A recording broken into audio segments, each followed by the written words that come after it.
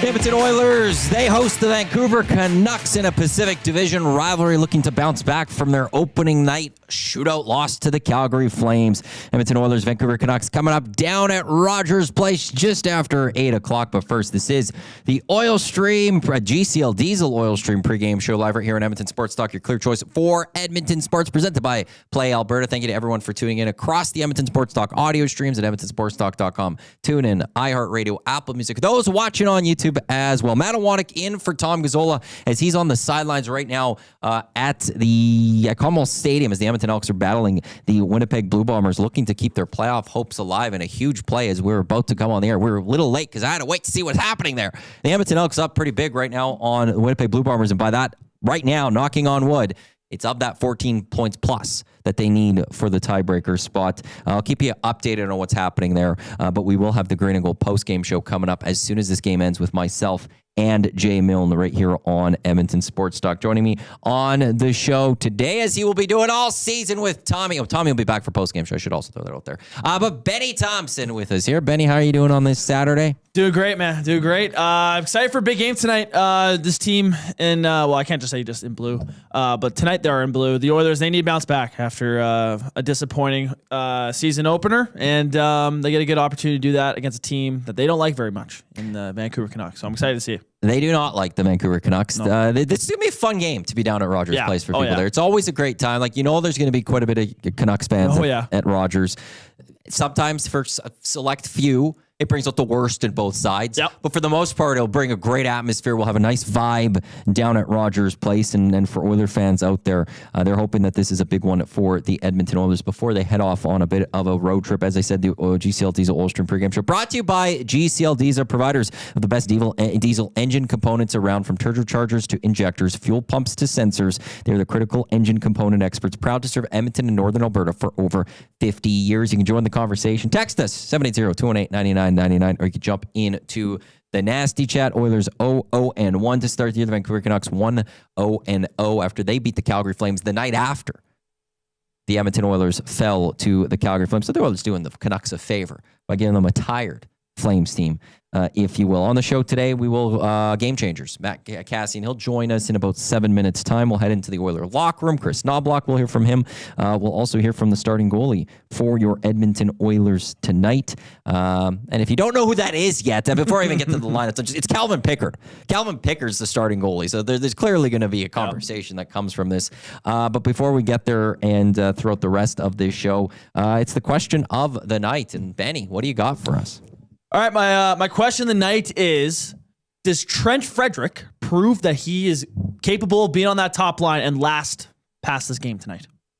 That is the question. Here's the question. I'll add on top of this question. If he doesn't last on this top line, no.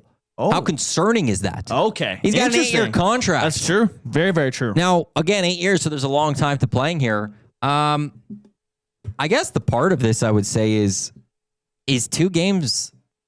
I feel like that's too little. I agree. I said on the post-game show last game that I would split them up. Mainly, I'd split up that line, mainly just because I don't like McDavid and Draisaitl together. But if they're going to play together, I agree. Trent Frederic deserves a longer run. But you know how Chris Knobloch is with changing lines, and he doesn't seem to stick with them very long. So to me, if Trent Frederic posts another night like he did on Wednesday, then there's a chance that he could be taken off that top line. So what's the question again? How's it worded? Does Trent Frederic last longer than tonight's game on the top line? I think he should. If it's not a great night, I don't think it will.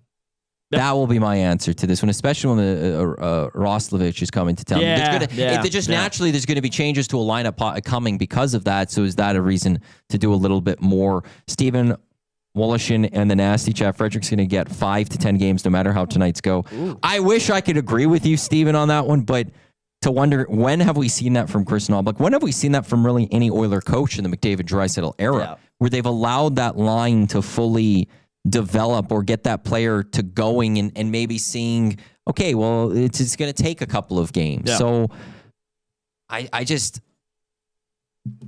I don't know. Who would you put there if you're making that change? I think right now Mangiapane, just based off first game, and they gave him a little bit of reps on Wednesday as well. Like they took Frederick off for a couple shifts, and I didn't mind what Mangiapane did there. He scored a nice goal Wednesday night, so I like Mangiapane there. I mean, like maybe I'm a little biased. I think I would love to see Savoy get a shot there. Young guy, I understand how he doesn't even have double digits of games played in the NHL. But a young dynamic forward that I thought had a pretty solid night Wednesday. I wouldn't mind a young kid like that getting a look. But they're if I had to guess, I think it's Mangiapane that would fill in Frederick's spot if Frederick were to be taken off. James in the nasty chat, the most concerning thing is that Frederick is not 100% still with his first couple steps, according to Frederick himself. And then Anderson Sports adds, maybe Trent isn't naturally a first-line guy. Maybe he's a perfect third-line guy. Maybe. And that's a very fair point as well. Let's get a look at the starting lineups for these two teams. For the Edmonton Oilers, as we said, McDavid with Draisaitl and Frederick. Nugent Hopkins with Mangiapane and Savoy Henrique in between Howard and Thomas. I'm going to struggle on this one. I know this is wrong. Tomaszek. Yeah, Tomaszek. Tomaszek. Yeah, Tomas. I know it's wrong. I didn't make a clip about it. You guys talking about it. There's going to be one of those. This is going to be one that I apologize to him right off the bat. I'm going to have to take some time to sit down and truly learn this. Like, Giannis Antetokounmpo is one I'm very proud of knowing how to say. Nice. I said that driving home from 1260 many days. There's like 2 or 3 days where I just said it. I'm going to have to get this down, and I'm just going to have to keep saying it. So all apologies to Tomaszek, because I'm off. I know I'm off, but I will get there. But he's on a third line with Henrique and Howard, Philp in between Podkolzin and Kapanen, Ekholm with Bouchard, Nurse with Regula, Kulak with Emberson out, Jack Roslovic, who signed that contract with the Edmonton Oilers just a couple of days on opening night, Troy Stetcher and Curtis Lazards. For the Vancouver Canucks, Benny, what do they got? So the Canucks are lining up Jake DeBrusk with Pettersson and Brock Besser. On the second line, they got Baines with Hedl and Connor Garland. Vander Kane makes his return back to Edmonton, lined up with Coots and Leckermacky, the two young kids. And then on the fourth line, they got O'Connor with Ratty and Sherwood. For the defense, Quinn Hughes partnered up with Hronik, Peterson. I believe it's Peterson instead of Pettersson for this one. But Tyler Myers is paired with him. Derek Forbert, and then the other Elias Pettersson is on the bottom pair with Forbert there. And then in net, obviously, Thatcher Demko. Yeah, your starting goal is Calvin Pickard getting the start for your Edmonton Oilers. Obviously hasn't played this season. In his career, he's 1-2-1 with the 2.49 goals allowed average and a .918 save percentage in those 4 games against the Canucks in his career. Thatcher Demko, as Benny says, they're 29-year-old 1-0-1 with a 1.01 GAA. And I guess he's 1-0-0 with a 1.01 GAA, 944 save percentage in 1 game this season. Career-wise, 16 games against the Edmonton Oilers. He's 6-9-1 with a 293 goals allowed average and a 911 save percentage. The Advantage Sports Medicine and Physiotherapy Injury Report. Connor McDavid's got a team of specialists. You got a bag of frozen peas. Get the same locker room approach that's trusted by the best in the game at Advantage Sports Medicine. Book your assessment today at AdvantageSportsMed.ca, or you can give them a call. Your good old-fashioned way, 780-460-9977. For the Edmonton Oilers, Zach Hyman, IR. He's out with a wrist injury. Jake Wallman, Matthias Janmark, both also on the IR with undisclosed injuries. Wallman placed on the IR on Thursday, it would have been. Or was that? Yeah, Thursday. Yeah. I was doing the show with Reed. That was partly paper-wise to get Jack Roslovic's contract onto the books. Once he's ready to go, we'll see what type of moves that the Edmonton Oilers make to get him into the lineup. But he could come off at any point. I know Art Levine from Puckpedia did say that he could come off at any point. This isn't like, well, you got to wait 7 days or something. He could come off at any point. So this just allows Roslovic to get on the roster. As for the Canucks, Pierre-Oliver Joseph, Niles Hoglander, and Teddy Bluger, they're all out as well. As I mentioned earlier on the show, still we'll have Chris Knobloch. We'll hear from Calvin Pickard. We'll get into your thoughts, 780-218-9999, or in the nasty chat. And we'll keep things locked in on this Elks game. Looks like the Bombers, they get a field goal? I wasn't looking. Yeah, it looks like they got a field goal. I think it was 25-10. Now it's 25-13. Last play of the game, the third quarter or so. I'm a little behind. We're on little bit of different stuff. But the Edmonton Elks have the ball. Again, Green and Gold post-game show coming up, myself, Jay Milne, as soon as that game ends. But right now, let's bring him in. It's time for Game Changers.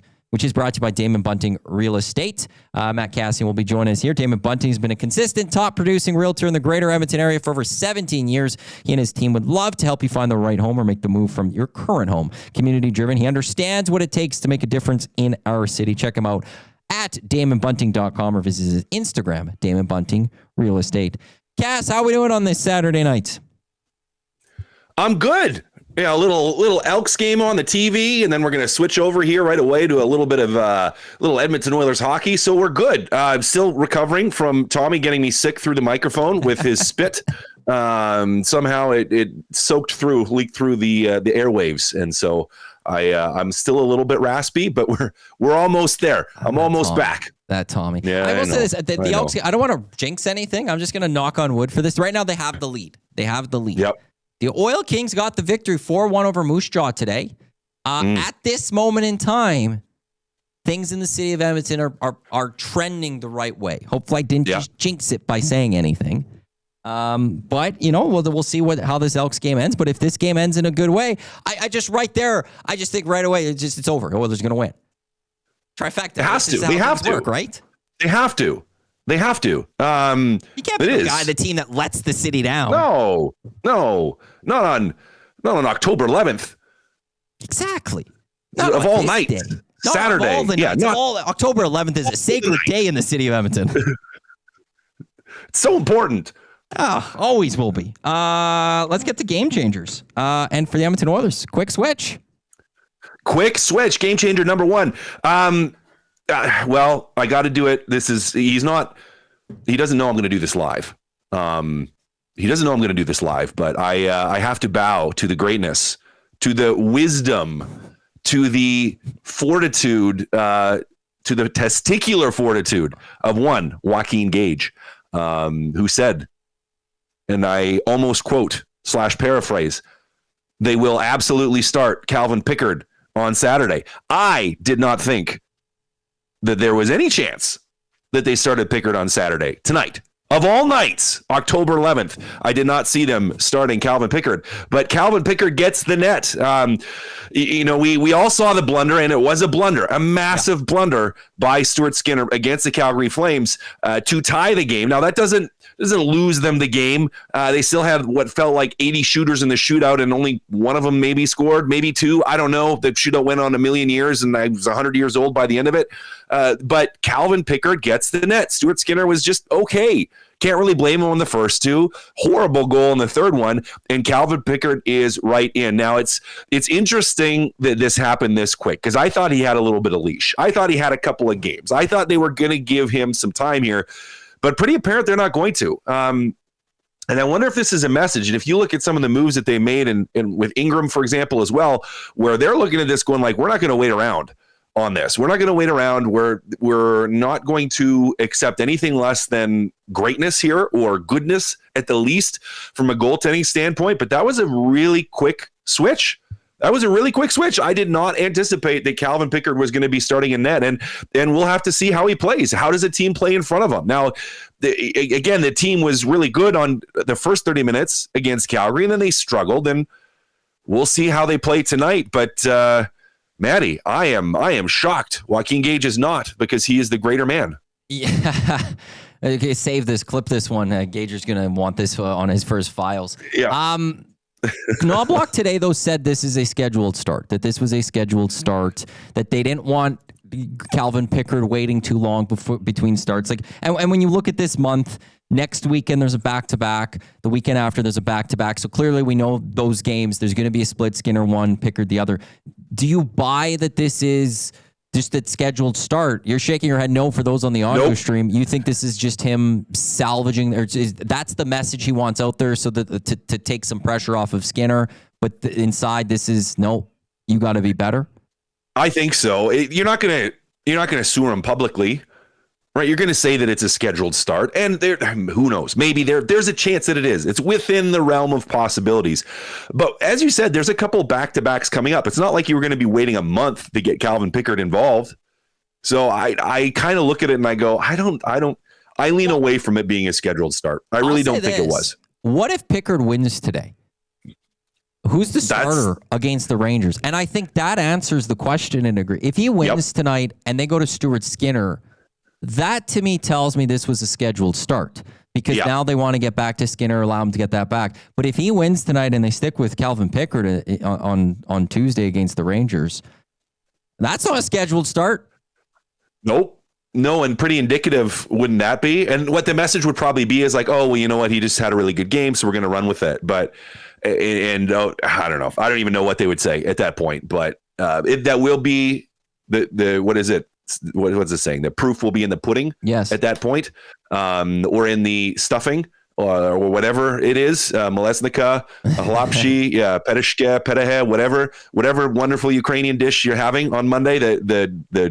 The proof will be in it on Tuesday morning. So we'll have to see what happens heading into that game against the Rangers for the Edmonton Oilers and their goaltending. But I was surprised. Am surprised that Pickard's getting this start, and we'll have to see what type of game he pitches. I'm also good with it though, because this is a big year, and the Edmonton Oilers have a lot of cap space now coming forward. And in this offseason, they couldn't, as much as people wanted the Oilers to go and handle and do something with goaltending, they really couldn't. With the amount of cap hit that both Skinner and Pickard combined equal, you're not replacing them with a better goalie at that price.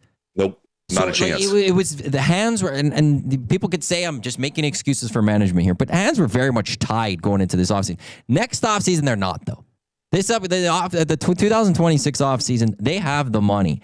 And I guess it's getting do you want to be the starting goalie of the Edmonton Oilers? If you do, Reed kept talking about it on Thursday, that wasn't a goalie error that Skinner made for that third goal. It was a mental error. It was just an instinct thing. And that you can't have that. That's the worrisome for me of that one, is that that's not a technical thing that Peter Aubry can go work on him with. It's just in the moment, do you know what to do? And in that moment, he froze. Yeah. Well, you get one of those every 10 games as a starter. But you want one in the first game? I was just about to finish. First game, right? Now, because if that was game 2, if first game he doesn't have that happen, game 2 or game 3 that happens, you're kind of all right. You get one of those every once in a while. But the first game, when it's you're supposed to be dialed in, locked in, ready to go, home opener that's what makes it the gravity of it a little bit more. Absolutely. Second game changer, clock's ticking. Yeah, clock's ticking. Funny enough, there's a lot of comments in the nasty chat right now on this already, but I am wondering how long Trent Frederick has with the top line of Connor McDavid and Leon Draisaitl. Now, granted, you sometimes get a little bit of time to see if there's more meshing, to see if there's gelling, to see how fluid and well you play as a group. But I was a little disappointed with his last game. I want to see that gritty, physical, raw edge style that Frederick can play, the crash and bang into it after the whistles a little bit around the net, being physical, and maybe some of it's just an adaptation. Maybe he just hasn't have enough minutes with them yet. But it wasn't. I didn't absolutely love him with that group. And I think if you see, particularly if there's power play time from a Tomasek, you may see other guys start to filter in and rotate through and get a look with that top line. Now, what exactly that does to lines 2 and 3, we'll have to see. Pretty easy to move Tomasek up there if you had to from the third line. Granted, he typically plays on the right side, so you're going to ask Leon to play on the left, and you're maybe trying to figure out exactly who's going where at times on that line. But Maddie, I just about said Iwanyk doesn't have much leash. You have all the leash you need. I don't think Frederick has that much leash tonight. I don't think he has got could you see if he struggles through the first 2 periods today and that top line isn't generating offense? Do you think he starts on that line in the third period? No. And Benny, his question of the night was on Trent Frederick too. And It was one, if he doesn't play well, how long does he get still in this top line? And I said, like, I'm of the mindset, I feel like you need to give a little bit of time. I feel like 3, 4, 5, 6 games, you need to see it over a bigger sample size. But Chris Knoblauch has not shown that in his career. Nor have a lot of coaches in Edmonton in the McDavid Draisaitl era of giving time for players to build chemistry on lines. But what we've seen from Chris Knoblauch especially is that if something's not going, he's not afraid to make changes, even after a first period. Like, truthfully, with what you're saying there's a chance it could be after the first period. That could be a chance it could be after the first shift. Yes. Realistically, because we've seen him do that. really, maybe not a first. Well, maybe he has been actually after the first shift. Well, we've seen at the very least McDavid and Draisaitl put back together very quickly in those cases. So the question I'll throw to you is, what, if you're Chris Knoblauch, what do you want to see from Frederic tonight so you don't make that change? So you don't want to think about making that change? Yeah. Be around it. Like, from an engagement standpoint, like, how many times did we see him around the front of the net creating issues when they were in the offensive zone? Not very many. McDavid and Draisaitl have the capacity in the offensive zone. Like, they run a lot of switches, run high to lows, side to side, like where you see them exchange lanes, trying to open everything up. And for Frederic, it's like, you don't have to be the guy that's doing that. You don't have to be the guy that McDavid may drop the puck to or not. It's like, no, get your butt to the front of the net and put your stick down. Like, that's what we got to see from him. Realistically, that's what we have to see from him. We have to see when he doesn't have the puck that he's being physical. And we have to see that he's at the front of the net and he's generating chances, generating offense, generating opportunity, and creating space out there by creating havoc, again, in front of the net and through the middle of the ice. That's absolutely what you have to see from him. There is also, like, part of this for Chris Knoblauch for the next game, at least, is Jack Roslovic is close. Yeah. Like, okay, let's say you're going after this game and you're not happy with what you're seeing from Frederic, you're Chris Knoblauch, you make the change. Is it just easy? Is Tomaszek the going up there? Or how does Roslovic then fit into this? And what do you, when you look at this, what are you thinking? We got like 45 minutes to go through this here, because that's the question, is what do you do with the line, which is a good problem to have, is what do you do with the lineup here to slide everyone around? I mean, Tomaszek, maybe you move up there in game today if it were to not work, but with Roslovic coming in the lineup, all of a sudden you have options and you have to decide, okay, are we clearing waivers? Are we not trying to clear waivers? To me, Howard becomes the easy one to slide out of the lineup. You don't necessarily want to lose Philp, but if, let's just say it's Howard that comes out and Roslovic comes in, and you're not happy with Frederic, well, you're probably putting Roslovic up in that top line, but then where does Frederic slide? Does he slide all the way down to the third line? Did you want him to play center? Does that mean Philp comes out of the lineup? Like, all of a sudden there's a lot more moving parts there.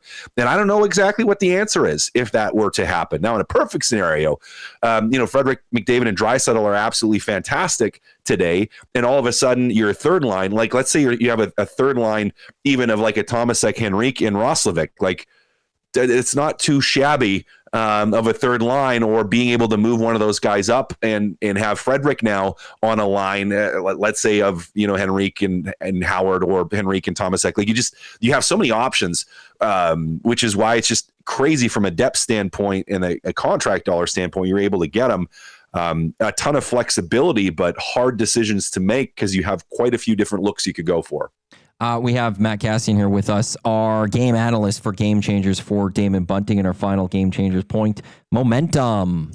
Oh, I finished that a little too soon there for you there, but nope, momentum there, Cass. Momentum, yeah, of which I had none in that moment.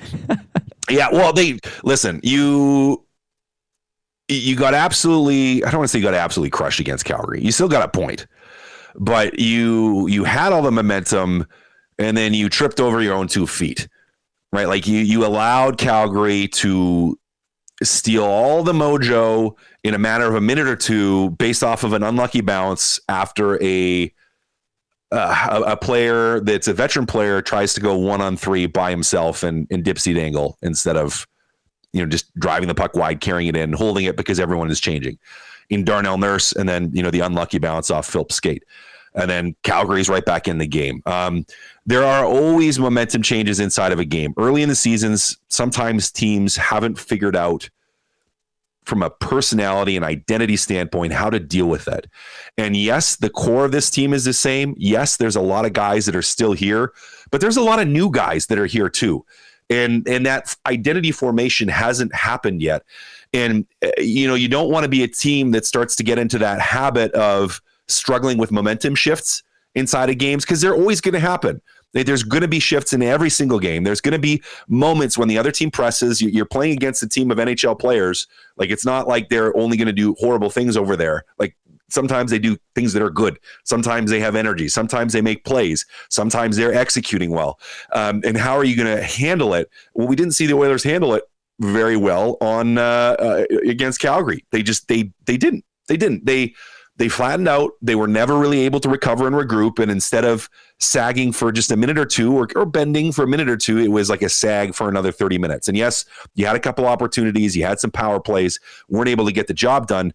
But Matt, early on in the season, I want to see the Edmonton Oilers and new players, along with the guys that have been here for a while, I want to see them find the ability to deal with those momentum swings and to just keep the train rolling. Finally, before I let you go there, Cass, Evander Kane going up against his old club. He's in town with the Vancouver Canucks. Well, what do you think we're going to see from there? You think he's going to come out looking to make a statement? This is going to be a little interesting storyline to watch tonight. Could be a little interesting storyline. You see those videos that were posted of him? Benny was telling me about it, and I found that the Sportsnet stuff where he then called Zach Hyman and stuff. And leaving like sarcastic messages and...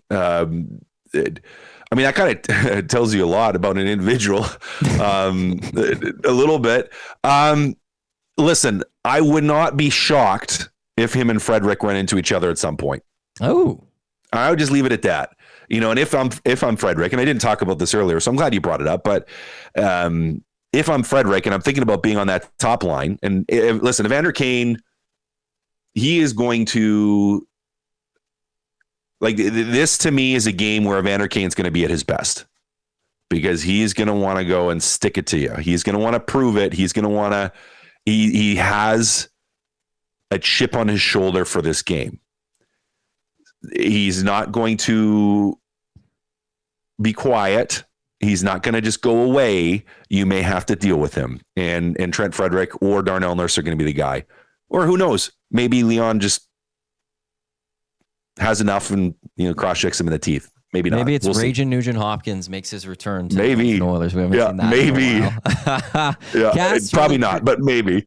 Appreciate it. Hopefully get a little bit more better and get that Tommy sickness away from you sooner.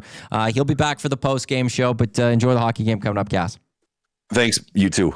There's game changers for Damon Bunting, who is top real estate agent in the greater Edmonton area. Again, check him out, DamonBunting.com. Visit him on his Instagram page, Damon Bunting Real Estate. That was Matt Kassian here on the GCL Diesel Ulstream pregame show. Matt Iwanyk, Benny Thomson with you here on Edmonton Sports Talk. I heard a little bit of yelling from Jay in the other room. So yeah, I know there's a few things to discuss on the Green and Gold post game show when I was side-eyeing the ESTV over here. I saw a nice pick, and it seems like they were doing all right, but punted the ball away. But what do you think we're going to see with Evander Kane and this Oilers team? Yeah, we were talking a little bit about it on Hell Hockey this morning. Like Cass said, he's going to be fired up to play the Oilers tonight. Like, this is a team that tried getting rid of him at the deadline. He nixed the deal at the deadline. And they wanted to get rid of him almost the summer prior. Yes, and that too. So he knew that the Oilers were trying to get rid of him. And this offseason, they're like, okay, we can now trade you because of the partial no trade or whatever. And so he's going to be fired up to play his old team tonight. I like the idea of that him and Frederick might meet up. That was a great point by Cass. Yeah, like two tough guys. They weren't on the same team for very long to have been too close to where they won't fight each other. You know what I mean? And it's also like in a hockey game, like anything kind of goes with that type of stuff. It's friends off the ice. On the ice is a different thing, right? They're enemies. So I wouldn't be surprised. To me, I think he might leave Frederick alone. I think he'd go after Mangiapane or something, like a smaller rat guy. I don't think they're gonna fight necessarily, but I could see a smelly glove and a face here and there. But to Cass's point, if you're Frederick, and like your question of the night is, okay, well, there's a chance he might be off the top line after this. Cass came on saying the same thing. There's a lot of that discussion right now, and you got to do more.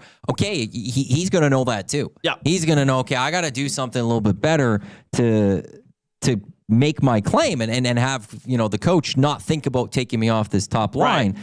Go and I asked Cass what he needs to do be noticeable. What more better way to be noticeable than go towards Evander Kane if he causes 100%. I think to start you don't worry about Evander Kane if you're the Oilers. Like you're not worried about Evander Kane. Yep. You go about, you do your own business. But if he starts doing that, and if he goes for a Mangiapane or does something like that, you got to get out there when you can and go do it to Kane. I think the one thing though is with that top line, do you want your winger that's paired with Connor and Leon to be fighting? I get what you're saying there. Yeah.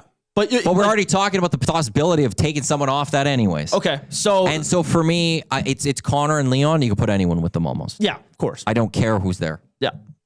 So it's just when he's trying to make an impact on this game. Yeah. He could definitely be like a fight could definitely make him noticeable. Obviously, I just wonder if Connor and Leon are like, we would rather you. Obviously, it's probably harder to score for him tonight, but like they would much rather him be a point producer than to show impact on the game tonight than just getting in rough stuff, because he can get in rough stuff on the fourth line, on the third line. All that's fine. I think we'd prefer if Frederick was doing that when he's playing those roles. But when he's on the top line, you want him out there at least chipping in a little bit points wise, I would think. So I don't know. I'm curious to see if that's what's going to keep Frederick up there, and if that gets him going and gets him playing well tonight, great. Then let's see it happen. But like what we saw on Wednesday, I love what I saw from him, and it's up to him tonight if he's gonna make it worth for him to stick around on that top line. So I don't know, we'll see. A barbershop window picture trying to get rid of Kane. He's built for the playoffs. If we had 2022 Kane, we beat the Panthers, but you don't have him anymore. Yeah, Evander Kane was in the Stanley Cup Finals this past year with the Edmonton Oilers, and at the very least one game you could put on Evander Kane. Yeah, what game was that? Game 3. I think that was game 3 that kind of got out of hand and out in Florida. Yes, it was game 3 where, yeah. So, cool. You could do that with a lot of other players, and he then added, I'd keep Kane over Nuge all day, every day. Well, here's the other thing, too. Nuge has a no-move clause. Yeah. You're not moving on from Nuge. Like, it wasn't going to be possible. You just couldn't do it unless he's willing. Why would he go? Evander Kane, there was teams you could trade him to. Like his no-move clause moved away, went to a modified no-trade clause. But it's easy to say, I wish we had this player from their prime. Like, I would love Johan Franzen on the Oilers from the prime of the Detroit Red Wings for these last few playoff rounds. See what he could have done. Guy who scored goals. Give me 05, 06 Fernando Pisani last year on the Edmonton Oilers, that playoff team. But it's not that player anymore. Nuge had a better playoff than Kane last year. Like, I don't think that's up for debate. Nuge was up there in scoring for the Oilers last year, like very sneakily. Was great in his own end. I thought Nuge had a pretty solid playoff. Kane had his moments, but also some moments where he wasn't great. Like, let's not forget about all the penalties that he took in the finals. Everyone was going on his head for it. Of course, if we're taking prime Evander Kane 2022, it's hard to beat that. He was unstoppable, but it's not that player anymore. He's not that player anymore. Connor McDavid, he has an 8-game regular season home point streak against the Vancouver Canucks, tied for his second longest active point streak against one team. So Connor McDavid having a point tonight based on recent history against the Vancouver Canucks at home. It's likely to happen. With that, let's get to our game day odds check. For Play Alberta, play in Alberta. It stays in Alberta. Safe and secure. The revenue generated from Play Alberta is redirected into Alberta's General Revenue Fund, which is used to support programs and services that Albertans rely on every single day. EST 50, deposit 50, get a free $50 sports bet. EST Sports, another 50 and a $50 free sports bet. EST Casino, $50 deposit and you get a $50 casino bet right now over on Play Alberta. The Edmonton Oilers on the money line, minus 185. Tommy sent me something earlier. It was the Oilers were minus 175, so they've moved a little bit more. Okay. Oh no, that wasn't updated. Oh, that's from last game. Minus 185 on the money line. On the puck line, minus 1.5. The Edmonton Oilers are plus 125. What's the Connor McDavid point? Is it even up? Oh, there's nothing right now for that. point. Connor McDavid. Well, you could do it in a same game parlay here. I'm just trying to see what the odds for that would be. That's not telling me right now. But yeah, play Alberta. I don't think we have anything with it in the EST specials. No, we do not. EST specials, we got 2 NFL ones that were built. Huss and Dusty built 2 parlays yesterday on the Lock Shop when I was on with them. Seattle to win, Patriots to win by 4 or more, Browns +7, that's +615, and then there's a TD parlay there. But yeah, for the Edmonton Oilers, if you want to get on it, -185 money line, +125 on the puck line. They're -1.5. The Edmonton Elks. I don't know if you saw this touchdown. They gave up a touchdown. Yeah, to Ontario Wilson. Catch. It wasn't it was just a weird play, like bounced up and down, and he made a play. The Edmonton Elks now have a 5-point lead. Still have a lead. The magic number, though, is 14. It's kind of 2 wins into 1. I'll remind people again, Green and Gold post-game show, that is coming up after that game. So it's been a day full of watching other sports because we've got a baseball game going on. We got a football game going on. The Edmonton Oilers getting set to take on the Vancouver Canucks down at Rogers Place. That's coming on right away as well. So there's lots happening. I haven't gone into the inbox. While I go do that, once again, Benny, what is the question of the night? Question of the night is, does Trent Frederick last longer than just tonight's game? Will he prove tonight that he deserves to be on the top line and get another look? The Oilers play the Rangers on Tuesday. Yeah. So, Rangers Tuesday. They head out on a lot of road trips coming up for the Edmonton Oilers and a lot out east. It's a 5-game road trips. It's the New York Rangers, Islanders, Devils, then the Red Wings and the Sens. So will Frederick make it to the Ranger game on the top line? That is a question. Make sure to text that in 780-218-9999 or get into the nasty chat. Let us know, because I honestly, for me, I'm not fully sure he makes it to the New York trip, mainly just because of Chris Knoblauch's tendencies with changing lines. Here's a question I'll throw you. Jack Roslovic, where are you putting him? So, right now, where are you putting him? Here's my thing is that, like, I think Roslovic's a solid signing, but I think there's a lot of people that are putting, once again, like classic Oil country, they're putting way too high of expectations on him. He's a guy that missed training camp. There's a reason why he was left this, he was without an NHL team this long. Obviously it was money purposes, of course, but he's not, to me, he's not like a for sure top 6 winger necessarily. He's a solid middle 6 guy. I think you give him a look with Henrique and Tomaszek. Like Cass said, I think it's easiest to send Ike Howard down when you gotta put in Roslovic and when Wallman comes back and all that stuff, you gotta make the money work. You avoid waivers with him, and he's a young guy who looked pretty solid Wednesday night, and it's too early to say that if he's fully ready for the NHL, but I think getting 20 minutes a night in the AHL at the Condors, kind of like the Dylan Holloway treatment when he was here, could be very beneficial for him. So but isn't that why he wanted to leave Tampa? Oh, exactly. Which I think is why it was. I think that's why Tampa traded him, because they knew it was like, okay, he wants to play in the NHL, but is he fully ready? We're not fully sure. Okay, if you are this desperate to play in the NHL, you think you're that ready? All right, we'll trade you for Sam O'Reilly. So I understand. Like Ike thinks he's ready, and he's got that confidence and that swagger to him, and that's great. We'll see how he plays tonight. But right now, the easiest option is to send down Ike Howard. But I don't know. Like I think Curtis Lazar or Philp would be options. Philp as well. has to do waivers. Yes, so that's not an option. I don't think anymore. So you think they don't want to? They're I don't think you want to lose Philp. Yeah, I don't. I think you'd have to worry about possibly losing a guy like Philp. Yeah. Yep. No, that's fair. And Lazar's a waiver guy too, right? Yeah, and I don't think you're worried about losing. Yeah, exactly. So I don't know if you can just send down Lazar and that works or not. Because because I thought it was 1.8. They still actually have to get rid of 1.8. Yes. And Lazar's only 7, just a little over 7. Yeah. So you got to do a little bit more. The other guy I wonder is like, well, I don't know. I guess, Merck, that wouldn't work. It's going to be, I will have to say this. I would have to think the Oilers know what they're going to do. 100%. Otherwise, they didn't just sign this guy and then be like, crap, we have to make the money work. Yeah. Like I would feel like that they've made this money work. But, I think Reed brought up some great points on Thursday when I was on with him, and I like for him, everything you said, he also was talking about too. Yeah. But like, is this Jeff Skinner 2.0 type thing? Yeah. You know, like very is well that could be. something that's going to come here? And Aaron Portzline, who's Columbus Blue Jackets longtime reporter, has watched hockey for a long time. He was on with Hernan and Gager this week too. And he just said just consistency is the thing with him. That there's, you know, the games are he's going to look great. But then other games, you just don't notice him, and you don't get that. Like the guy, 22 goals last year. I think 21 were even strength. I think he had one power play goal. That's unbelievable. Why isn't that signed? Like that's the question. Why isn't a guy like that signed? Yep. But I think at 1.5, it's well worth the risk if you're the Edmonton 100%. Oilers.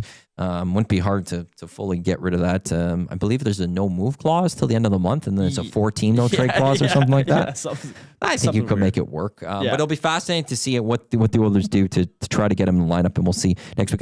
The question that I had with Cass, I'll pose to you and everyone else as well, though.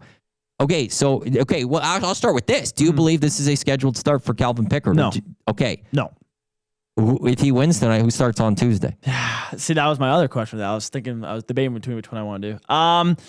To me, sorry, are you saying if he wins tonight? If he wins tonight. If Pickard wins tonight, because if tonight is a scheduled start, that means you have a scheduled starter for Tuesday. That it didn't. This is just, we need to get Calvin Pickard in because we need him next weekend.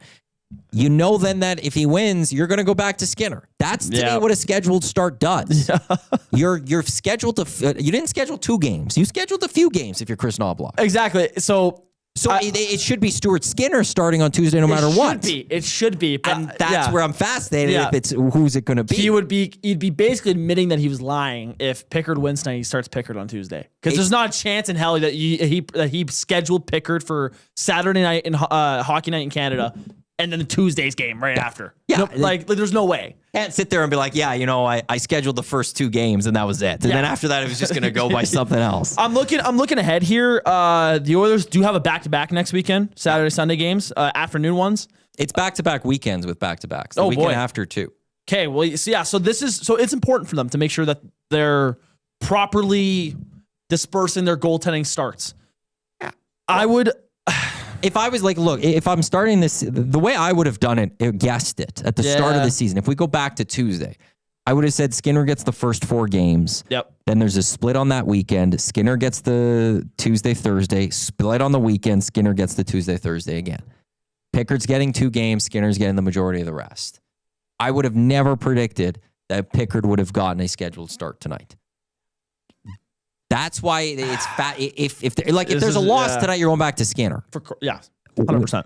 If there's a win tonight, I am fascinated where the goaltending is. I think he goes back to Pickard. If he does, then what is being said is this is like we're almost are we moving towards Koskinen and Smith era? Yeah, where they're just whoever wins stays hot in. hands. We're going to play the hot hands. Yep. Who's playing well? You want the net? Go earn it. Yep. And I don't hate that. I'm going to sit here right now and say I don't hate that because you want to know something? I'm done with this. Skinner's been the starting goalie, or for only a couple of years. He gets the privilege. He's new. Like this guy's no. Now you've been a starter. Yeah. No, I'm with you. This is his year. He's got to prove that he's a competent NHL starting goaltender. If you did this with any of the top goalies in the NHL, they would still keep the net. Yep. If you went to Florida or Tampa and you went to Bobrovsky and Vasilevsky and said, we know you're great, but you want to know something? We're going to make this hot hand. Yeah. They're still going to keep the net the majority of the night because they're just that good. Yep. So I don't mind that challenge of Stuart Skinner to be like, no, you want to know something? You can't make a gaffe like that on the first game. Yeah, and expect to play the next night. And like I said on the post-game show, I didn't think he played horrible that night. Like I genuinely don't think he was that bad. No. It was just a horrible screw-up on the third goal. Because it was a pressure moment and you blanked. You had a brain fart. You could talk. It wasn't technique. Nope. It wasn't. It was just you made a terrible decision because the moment got to, it seems. Yep. And you froze. Cost you. And that you can't have in a starting goalie. And it going into that game, we all know that for the whole team, but on Skinner, there's a lot of pressure that night because you want to get off to a good start because there's a lot of pressure with the fan base and the rest of hockey watching what's going on with goaltending here in Edmonton. And it ends up going, you have that moment. And now, okay, what happens now when you get to the playoffs? Can you have that faith? And you can't right now. I think it's also this. We got to add Connor Ingram to this conversation because obviously we don't fully know what we're getting out of him. I'm just looking at Bakersfield. Bakersfield lost 7-6 Jeez. Connor Ingram was not in net. It was Tompkins. But, well, what I'll say, I only think Ingram comes into play is if, well, one guy really has to be bad. yeah. It's just to Or me, both like, are bad. Like, I We're in don't, a like, yeah. terrible situation. I think in Edmonton. eventually, like, if Skinner doesn't show that he could be the starting goalie, like the guy, by December, I think there's a chance where they go, okay, throw Connor Ingram into this mix and see what he does. Give him a taste, and if he takes over one of those, whether it's Pickard or Skinner, then you ride hot hand with him as well. I don't know if you can answer. If you know the answer to this, somebody else will though. Because he was waived, is he exempt from waivers for 30 days? Ooh. That's a good question. I'll say this right now. If he's exempt from waivers for 30 days, give him a look. I think you have to give him a look. Yeah. I think you have to find a game or two this month. I don't care how well everyone else is playing. I think you have to give him a look, knowing that you could still send him back down. Mm-hmm. And even if he plays well, you just have him back down just to have seen what he looked like. Yeah.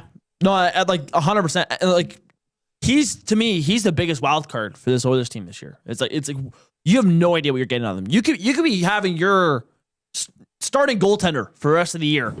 Yeah. And Connor Ingram, you could have a guy that's playing in the AHL for the rest of the year. Like, we generally don't know. Matt Hyman says 10 games or 30 days question mark. Like, I don't know if it's. I don't know about the 10 game. It could be right. I forgot what it is. I thought there was at least 30 days. At least 30 days where you're exempt. And if that's the case, with all like Kate Pickard, you still have better. You could be better. Yep. And it's one of those. If I'm Stan Bowman and I'm Jeff Jackson, I need to see what Ingram does look like with this Oilers. Yep. And I think you take that shot if you can. I guess the other side to that, though, is if you call him up in November or December, no one wanted him before. But if you have to send him down, you're not going to risk losing him on the waivers. Yeah. I just feel like if you have a free waiver drop, you might as well use it. Might as well try to use it in one of those games, 100%. Possibly. I don't know. That's maybe something that you could look at. Yeah. We'll see what Calvin Pickard does tonight. If Tommy, you, and Cass aren't talking about it on the postgame show. That's a good thing for the Edmonton Oilers, ultimately. Yep. It does bring in interesting questions, though. It's a Tuesday's game against the New York Rangers. I want to get to Around the NHL, which is brought to you by GCL Diesel. GCL specializes in giving your diesel engine's heart a second wind. We test and remanufacture fuel injectors, pumps, and turbos for a wide range of applications, breathing new life into vital components. It was a busy slate in the NHL, as is a busy slate in the NHL, as today's 16 games. Few games already final. Jets got past the Kings 3-2. Blues beat the Flames. Jets got past the Kings, 3-2. Blues beat the Flames 4-2. Bruins defeated the Sabres 3-1. Red Wings defeat the Toronto Maple Leafs 6-3. Hell yeah. Rangers get past the Penguins 6-1. Right now, a couple games also just ending here. Devils getting past the Lightning 5-3. Senators fall to the Panthers 6-2. Capitals are up 4-2 in the Islanders. 4 minutes to go in the third. Matthew Schaefer scored his first goal in that game. Did he? Yep, and it was greasy. I'm watching it right now. He dove headfirst into the crease with the stick out and poked it in. It was hilarious. It's 3-3 overtime between the Flyers and the Hurricanes. I think the Canadians. No, it's 2-2 now. I thought I saw 2-1. It's 2-2 Canadians and Blackhawks. That one was less than 2 to go in the third period. Through 2 periods, Predators are up 2-1 over the Mammoth. I think that's all the action that is underway. No, I'm missing a few other games. 2-2 Blue Jackets Wild. That one, 2 minutes to go in the second period. And through one, Stars have a 1-0 lead over the Avalanche. Oilers Canucks, that is coming up just after 8 o'clock. 2 other games happening tonight. The Sharks are home to the Ducks at 8 o'clock, and the Kraken are home to the Golden Knights at 8 o'clock as well. With that, there's only one game on slate tomorrow, and that will be the Rangers and the Capitals at MSG. I actually don't mind this schedule that we've had. I know people are upset about the Friday that the there Friday was night nothing. no games. If there was a way you could swap the Thursday with the Friday because there was Thursday night football, I love that there's 16 games today. You don't want a lot of games tomorrow. I love the 16 game day for the NHL. I love it. I you got hockey all day. You can't complain. There's so many sports happening right now. Yeah, exactly. Brewers up 2-1 over the Cubs, top of the 6th as well. Elks 25-20. Yep. Coming up less than or just about a minute to go in that game. Yep. Elks have the football, so we'll keep it locked on that one. This has been a while. This has been a fun pregame show so far. I'm not going to lie. It's been good. I've been really enjoying this. Yeah, You want to know something? Yep. Oh, no, what were you going to say? I was going to say, well, this is for Edmonton in general right now. Like, this is. I want to know if text in if you're doing the whole Oil Kings to Elks to Oilers. Triple header? Yeah. If I didn't work in this job, I would have tried it. Yeah. I was talking about it with my buddies. They're like, oh, you can do that? Like, that's set up for Saturday? I got to try that. I did do FC Edmonton Riverhawks once. Okay. So I did do a doubleheader. I've done Elks Oilers. Yeah. I have done that one. Once did I do it? Do it twice. I know I did it once for sure. Tonight I would have done attempted the Oil Kings one just to have some fun with that one. You want to know something? Let's jump into the locker room, but let's do the goalie. Let's do it. Let's hear from Calvin Pickard. He's going to get his first start of this season for the Edmonton Oilers tonight. Here's Calvin Pickard earlier this morning with the media. You want to beat this on your first night. How do you make sure? Yeah, I feel way better going into the season than I did last year. Obviously, I missed most of camp last year. This year, I played a ton in preseason, which was nice. Saw a lot of different situations, and I'm a week removed from my last game against Vancouver. So excited for the opportunity to play tonight. I'm excited to get out there, and it's time to play for real. You looked really sharp in preseason. Did you feel like your game was really kind of close to the top there? Yeah, I'm confident for sure.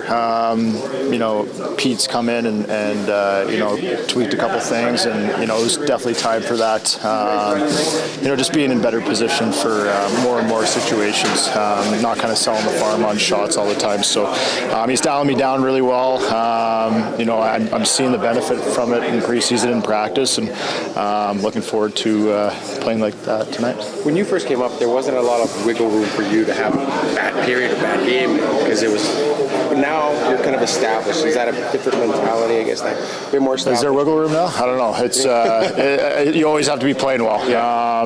No matter where you are, no matter who you are. I want to get off to a good start tonight. Don't want to put too much pressure on myself. I've been saying it for years here, but I'm confident. I'm comfortable in this locker room. I've played a lot of games here the last couple of years, and tonight's no different. It's a good opportunity for me. After a couple of years of practicing against the Evander Kane, what do you know for certain tonight that he's going to do? Kaner will be slinging pucks from everywhere. Sorry? Past your ears? He just, anytime I think his head's down with a puck on his stick in the ozone, it's coming at the net. He could be facing the other way. He's going to be putting a lot of pucks there. I played against Kaner a lot before I came here too. He's a good shooter. He's good around the net. I got to be sharp, not giving up too many rebounds when he's around there. And he's a really good net front presence, but it'll be weird to play against him tonight. What would your thought be on the mix in this room? And I know it's still really early and guys are still trying to find their footing, but it's a little different. There's some youth, some new faces. What's your early read on the feeling here? It's great. I think we needed some young juice in the lineup, and we got that. Some really good additions, some younger additions that bring the energy every day, and you can feel it, not just on the ice, but in the locker room and in the gym and just being around the team. So it's been good. It's been really good. Obviously the other game was what it was. It was kind of got away from us, but we're feeling good about what we have in here and what we got moving forward. How you mentioned the word juice.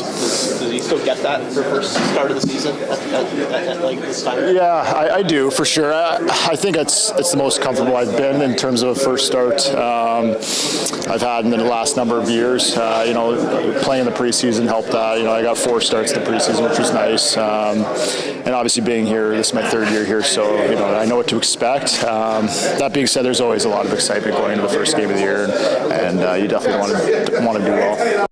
There's your starting goalie for the Edmonton Oilers as they will set to take on the Vancouver Canucks in probably about 10 minutes, not mere minutes, 10 minutes down at Rogers Place. Oilers, Canucks coming up. The Edmonton Elks, we got one final play. I guess I'm not going to go to finish this show off until we see what happens on this play. Oh, they just ran the ball. Oh, my God. If Brady returns this all the way. All the way. Yeah, no. I was there when Milt had this big return. The Edmonton Elks, they have just won 25-20. I think Jay's thoughts on how that game ended, but they keep their playoff hopes alive, which means the Green and Gold postgame show is coming up momentarily here on Edmonton Sports Talk. But then coming up later tonight, we also have the GCL Diesel Oil Stream postgame show for you, as Tommy will be back with Cass, with Benny, as they'll recap the action between the Oilers and the Canucks. Benny, Two things quickly. Key to an Oiler victory. Ooh. And your prediction.